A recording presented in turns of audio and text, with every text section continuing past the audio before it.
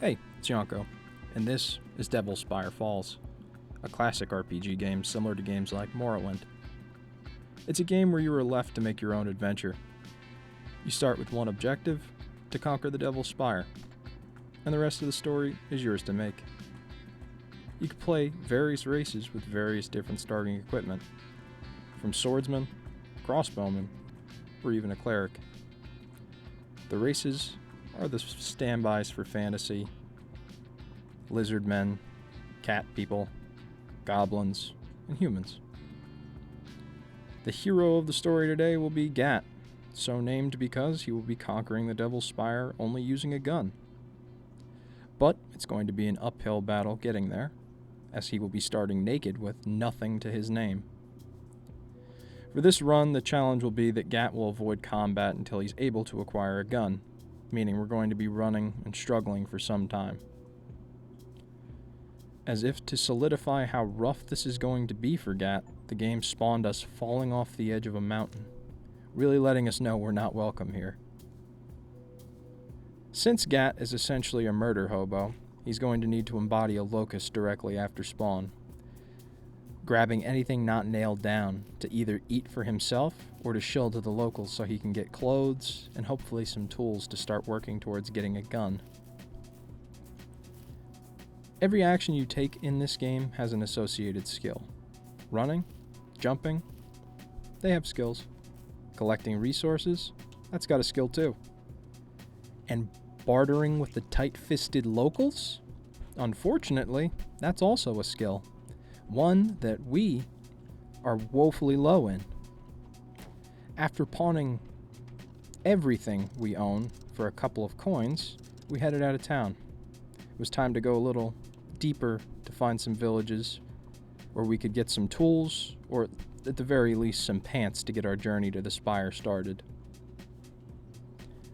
Looking at our map, you can see what will be the standby locations in every biome. Those being towns and villages, individual buildings or huts, prisons, which will be filled with either bandits or the undead, and caves, which are filled with various wild animals, mushroom men, slimes. I saw werewolves a couple of times. But we'll cross those when we get to them. After running to the next neighboring village, Gat was finally able to pawn off the various seeds and twigs and the bulk of our newly acquired coins for some measure of clothing from the locals. Now mostly clothed, we can focus on getting an axe, and then hopefully getting a pickaxe to source materials to make our gun. I cannot overstate the importance of crafting when you are trying to bring yourself out of poverty. It can turn the slightly worthless raw cotton into cotton fabric, which can be sold on to villagers for a better price, while we also will be leveling our crafting skill, which we'll need later to process higher grade materials. With no axe to be found in the south, we started heading north for more villages to sell and to hopefully find an axe. And after much struggling, we did. This is what we needed to actually begin the run. Being as the only experience we're getting so far is from running, gathering, and bartering, the axe can be quickly rolled into a pickaxe, and then after a quick crafting spree, we can level up our smithing skill, and Gat can finally have his namesake gun. It only took us about an hour, but we had done it.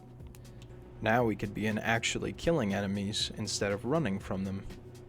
It was time to introduce ourselves to the local prison population.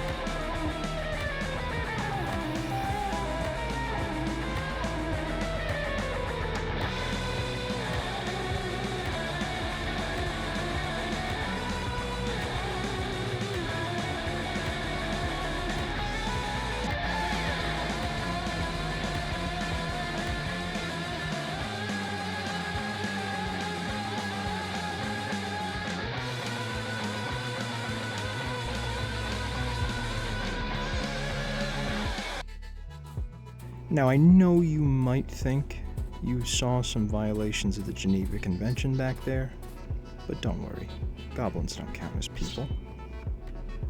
And you're gonna see a lot more of that pretty soon. This desert biome, as you might see, has some pyramids. Now, if you are planning on playing the game, I do recommend going through the pyramids. They're where I got a lot of the enchanted gear I used to start heading towards the Spire. But they are also filled with traps, false walls, and in my case, entirely full of goblins. So, for the sake of keeping the video moving, I'll be skipping over showing everything in the pyramid.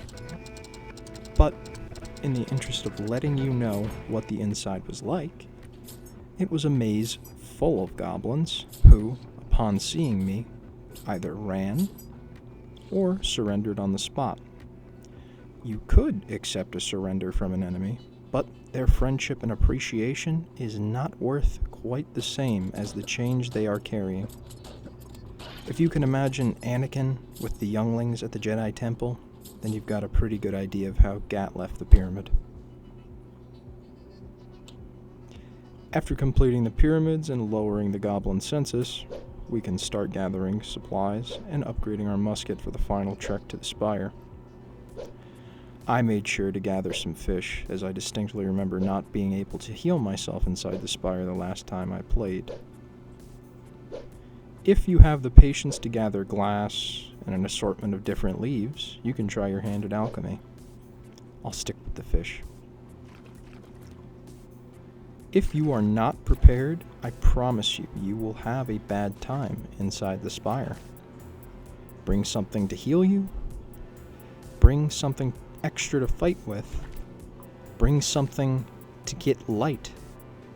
And bring a better sense of direction than mine. You'll understand why in a little bit. Here is what our intrepid hero looks like now, dressed entirely in equipment that was liberated from others. Nearing the Spire, Gat ran into another abomination like we saw at the end of our montage, this one level 50. He'd make a good final test for our equipment before entering the Spire. As you can tell by how quickly this went, we're more than ready. Here it is, the Devil's Spire. Now it's time to introduce whatever's inside to the concept of a firing squad. Another unique feature of this game that I hadn't mentioned until now was the climbing function, which allows the dungeons to progress in unique ways, but also makes these places straight up fucking mazes, which you will quickly see becomes the case for us here. Another fun addition I hadn't noticed in prior prisons or other dungeons was breakable walls, which just added another layer of complexity to what already was as straight as a sack of wet mice. If you think, Yanko, just look at the map. Believe me, I have tried everything short of a fucking trail of breadcrumbs. At certain points, I just started rubbing my face down the walls like a schizo looking for false walls. But, finally, like Sisyphus cresting the mountain, we reached our destination, the boss room. Now it was time to finish this for good.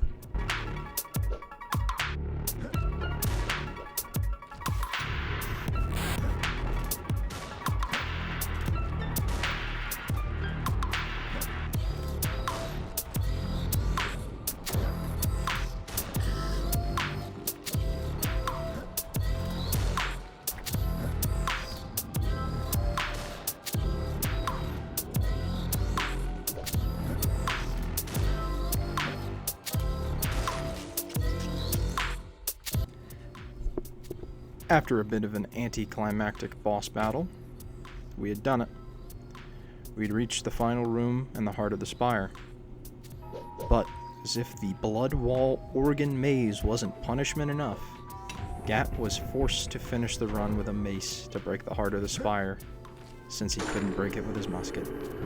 But, with that, we had done it. Using the persuasive power of a gun, we conquered the Devil's Spire. Now, if you liked the game, it's made by one guy, his name's Etherio Sumi. It's $15 on Steam. I played it like a murder hobo for this playthrough, but it's an old school RPG. You can play it legitimately any way you like. There's a whole big building system I kind of didn't touch through the playthrough. So I mean, there's options. I've been Yonko. Thank you for watching the video. If you liked the video, I'd appreciate a like. Comment if you'd like to see something different next time. It's probably going to be a history video. Goodbye.